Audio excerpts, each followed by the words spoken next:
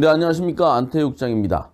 미디어테이는 오늘부터 사회의 주요한 이슈들을 깊이 있게 분석해드리는 딥브리핑 시간을 만들었습니다. 앞으로 일주일에 한두 번 정도 주요 이슈들을 깊이 있게 잘 아실 수 있도록 그렇게 브리핑 해드리도록 하겠습니다. 오늘 첫 번째 주제는 요새 말이 많은 청주 우리문고 고가 매입 의혹 관련된 겁니다. 최근에 중부매일신문에서 대대적으로 보도함으로써 다시 한번 이 문제가 사회적으로 관심을 끌게 됐는데요. 이게 어떻게 된 일인지 알려드리도록 하겠습니다. 네, 저기 보이시는 사진이 청주 우리문고입니다. 청주 우리문고는 3층으로 이루어져 있고요.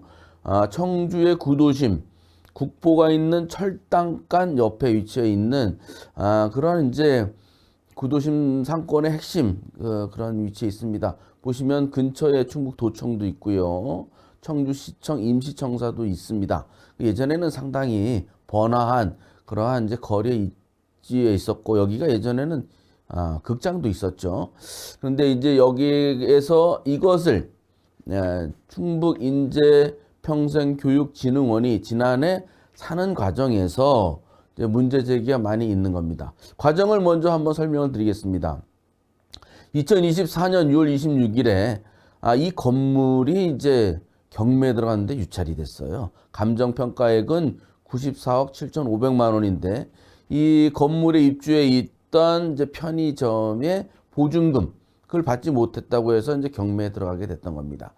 그런데 이제 그 다음 달에 2024년 7월 19일에 인평원과 우리문고의 운영사 우리에듀가 1차 양해각서를 체결합니다. 양해각서 내용은 양쪽에서 선정한 감정평가사 거기에 따라서 거기서 책정한 그 금액에 따라서 이제 매매를 추진한다 이런 내용입니다.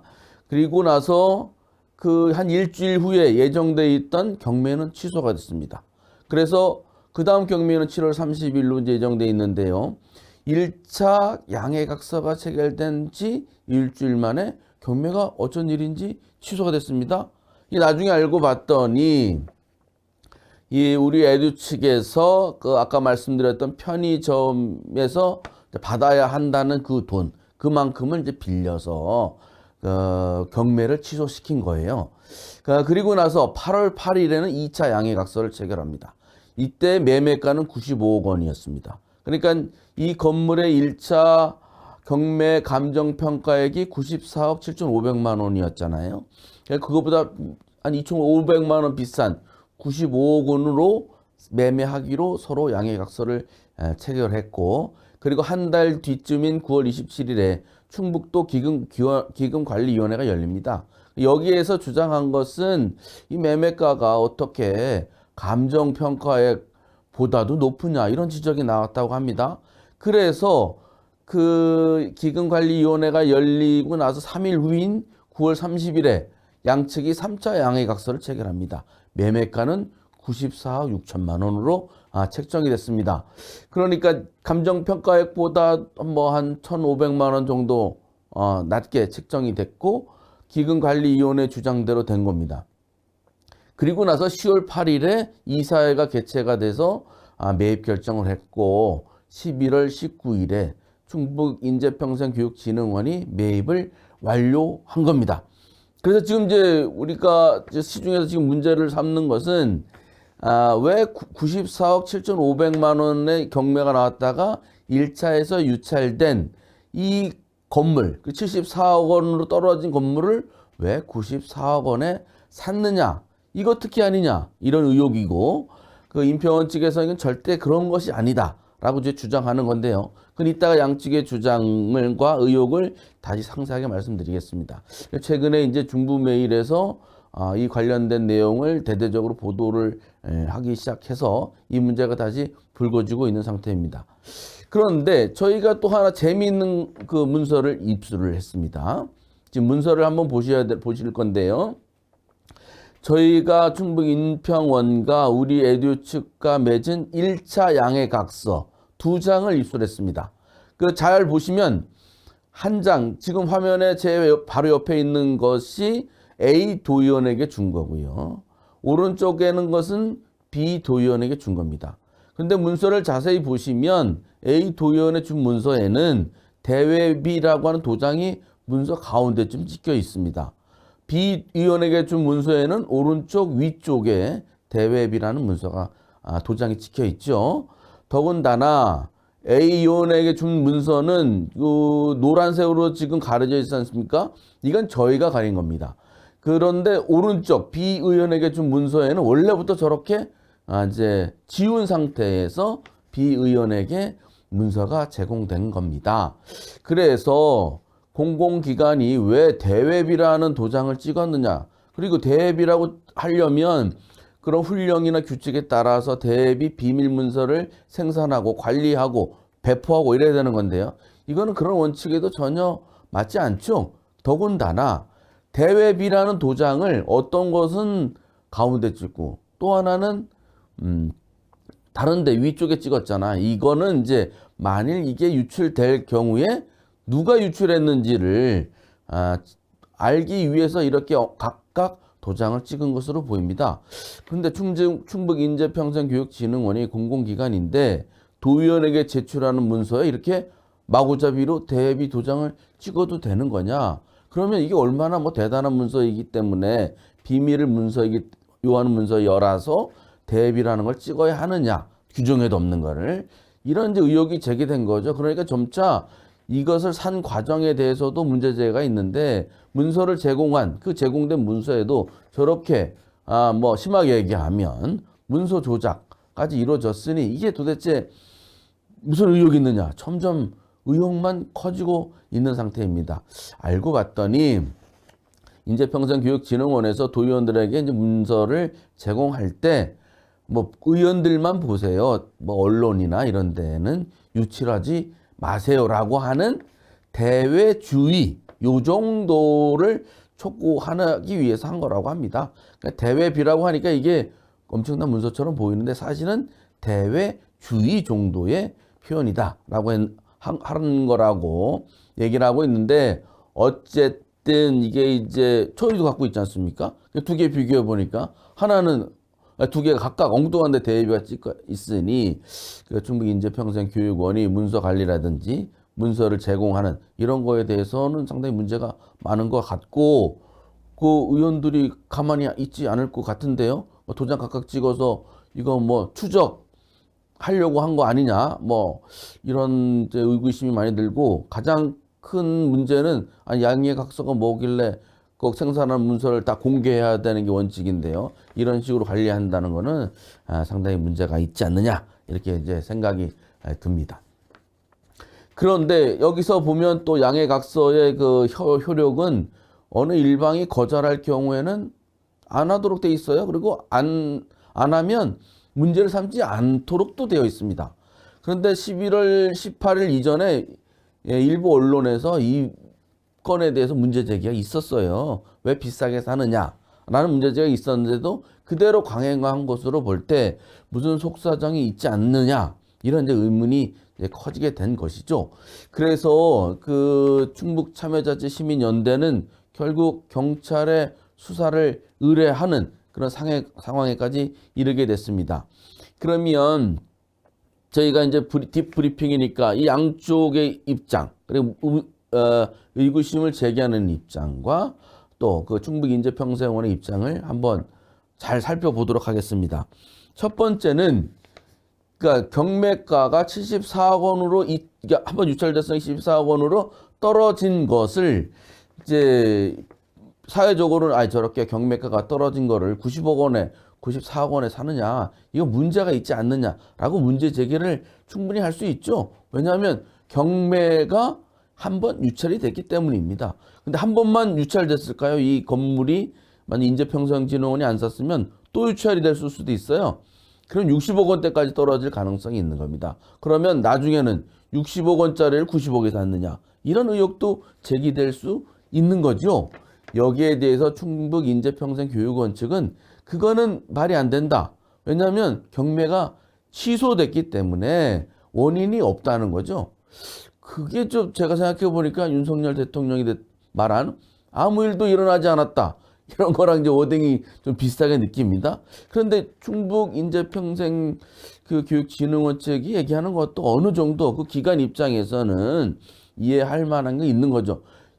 경매가 유찰이 된 것은 알고 있으나 경매 자체가 취소됐기 때문에 다시 원위치, 원래대로 최초 감정가에 근거한 또는 각각이 추천한 감정평가에서 해서 제시한 그 금액으로 매매가를 책정하지 않을 수 없다라고 이제 주장을 하는 겁니다. 그렇다면은 여기서 또 다른 의혹은 이거죠. 그러면 왜 아까 말씀드린 것처럼 2차 경매까지 갈 수도 있고 그러면 60억 원에도 살 수 있는 건데 충북인재평생교육진흥원이 왜 이렇게 서둘러서 샀느냐? 이 보면 질질 끌려간 듯한 느낌이거든요. 그 뭐 예를 들어 74억 원까지 떨어졌던 거면 뭐 80억 원에 산다든지 뭐 이렇게 언저리에 샀다면 사람들도 좀 이해할 수가 있을 텐데 당초 금액과 비슷한 당초의 감정평가액과 비슷한 금액으로 샀으니까 17억 원 상당을 더 일부러 비싸게 사준 거라는 의심을 받고 있는 거지 않습니까?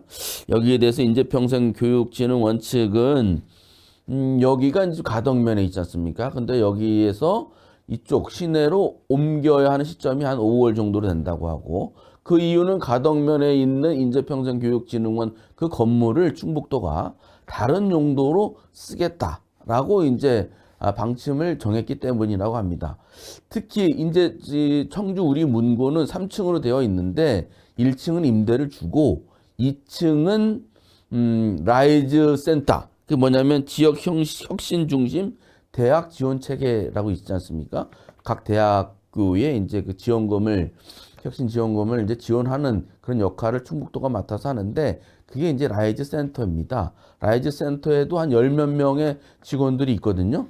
근데 지금 굉장히 비좁게 살고 있으니 한 층은 라이즈 센터가 쓰고 또 한 층은 인재평생원이 써서 그리고 1층은 임대를 주고 뭐 이렇게 해서 하려고 마음을 먹었는데 그 가덕면에서는 나와야 하고 5월 달까지는 여기 입주해야 하고 뭐 올해 말이죠. 그러다 보니 그 협상에서 그 매각자와 협상에서 좀 우위에 있지 못했다. 이런 이제 아쉬움은 토로하더라고요. 그러니까 좀 더 기다렸으면 우리가 좀 더 저렴하게 살 수 있었고 이런 의혹을 살 일도 없었다라고 하는 아쉬움을 표시는 하던데 그런데 지금 원장은 이 협상과는 이 매매가는 아무 상관이 없는 분이에요. 전 원장. 유명한 윤석교 전 원장이 이걸 추진하다가 자신의 비리 혐의로 재판을 받는 사실 이거를 아무한테도 알리지 않았다가 저희한테 들켰지 않습니까? 그래서 저희가 최초로 보도했는데 그 이후로 경질됐습니다. 그런 다음에 국장급 공무원이 이제 대행을 하게 됐는데 국장 그 공무원이 이 매매 계약서에 도장을 찍은 거예요. 그리고 지금 원장은 새로 임명이 된 이런 상황이니까 지금 뭐 의혹의 당사자는 여기에 지금 둘 다 없는 그런 상황이라는 거죠. 어쨌든 충북도가 충북 그 김영환 도지사도 박진희 충북도의원과의 그 질의 시간에 자기가 이 건물을 사라고는 했다. 그러나 74억짜리를 뭐 90억 원대에 살 수 있도록 하는 그런 내가 바보냐 이런 식으로 그런 도지사는 아니지 않느냐라고 이제 강변을 했는데 도지사의 의중이 강하게 영향을 미쳐서 조금 시간에 쫓기듯 해서 이 매매 협상을 했을 그럴 가능성도 없지 않은 것 같습니다. 그러니까 뭐 안 판다 나는 뭐 94억 미만으로 못 팔겠다. 감정평가액대로 하자고 하지 않았느냐라고 하는 주장을 강하게 물리치고 더 싸게 해야 된다라고 하는 주장을 하지 못했던 것으로 이렇게 추정은 되고 있거든요. 그렇지만 이제 여전히 남은 의혹은 세상 사람들이 다 알고 있었습니다. 그러니까 이 경매가가 이제 떨어졌던 것. 그래서 뭐 도의회나 이런 언론에서도 지적하듯이 이 양해각서를 가지고 돈을 빌려서 경매를 취소하도록 하는데 잘 활용을 했을 것으로 그렇게 추정은 됩니다. 뭐 이렇게 산다고 양해각서까지 체결했으니 이게 보증서처럼 돈을 빌려주면 우리가 빚을 또 다 갚을 수 있지 않겠냐. 본인들도 이 업주도 뭐 77억 상당의 부채가 있는 것으로 알려져 있는데 뭐 더 비싸게 파니까 차익도 남길 수 있고 이렇게 해서 해피한 그 돈을 받을 사람도 해피하고 이 건물을 판 사람도 해피하고 그리고 인재평생교육진흥원은 뭐 자기 돈으로 사는 거 아니니까요. 뭐 그렇게 해서 어쨌든 공식적인 절차는 다 받았으니 문제가 없는 다들 뭐 해피한 상황인 건데 일반적으로 볼 때는 경매가로 해서 떨어진 데를 저렇게 20억 가까이 비싸게 주고 사느냐 이런 거에 대한 의혹은 남아 있는 것 같습니다. 그래서 결국은 그거를 왜 비싸게 주고 샀느냐라는 주장과 아니 원래 비싸게 준 게 아니다. 원래 감정가다라고 하는 주장이 지금 아주 대등하게 강하게 부딪혀지고 있는 그런 상황이거든요. 그래서 앞으로 계속 다른 언론에서도 보도를 하고 이와 관련해서 도의회의 추궁도 있을 것으로 예정이 되고 있는데 과연 여기에서 이런 업무상 배임이라든지 이런 혐의가 있는지 아니면 정말 우연의 일치이고 인재평생교육진흥원이 뭐 협상을 잘 못해가지고 그렇게 했는지 자기들 경매를 해서 그 건물을 살 수 있었다는 것도 제가 들었거든요. 근데 왜 자기들은 경매에 그럼 참여하지 않았는지 여러 가지 의혹들이 남아 있습니다. 그러니까 이런 의혹들을 지금처럼 대외비 문서 이 도장 여기도 찍고 저기도 찍고 이래가지고 오히려 의혹을 불러일으킬 게 아니라 그런 내용에 대해서 인재평생교육원도 속 시원히 밝히고 충북도도 여기에 대한 입장을 정확하게 밝히고 필요하다면 수사까지 이루어져서 혈세가 낭비됐다고 하는 이런 의혹들은 깔끔하게 해소되어야지 지금 국보가 있는 그 옆에 있는 건물에서 청소년들하고 청년 인재들을 육성하는 그런 기관이 저렇게 의혹에 싼 건물에 들어가서 제대로 업무를 할 수 있겠습니까? 그래서 여기에 대해서 우리 그 시청자들께서도 좀 유심히 잘 살펴보시고 이 사정을 잘 아는 분들은 저희에게도 좀 제보를 해주신다면 저희도 추가적으로 취재를 해보도록 하겠습니다. 어쨌든 저는 의혹이 나오는 이유, 왜 억울하다고 임평원은 주장하는지 그 이유를 딥하게 브리핑을 해드렸는데요. 좀 도움이 되셨으면 좋겠습니다. 감사합니다.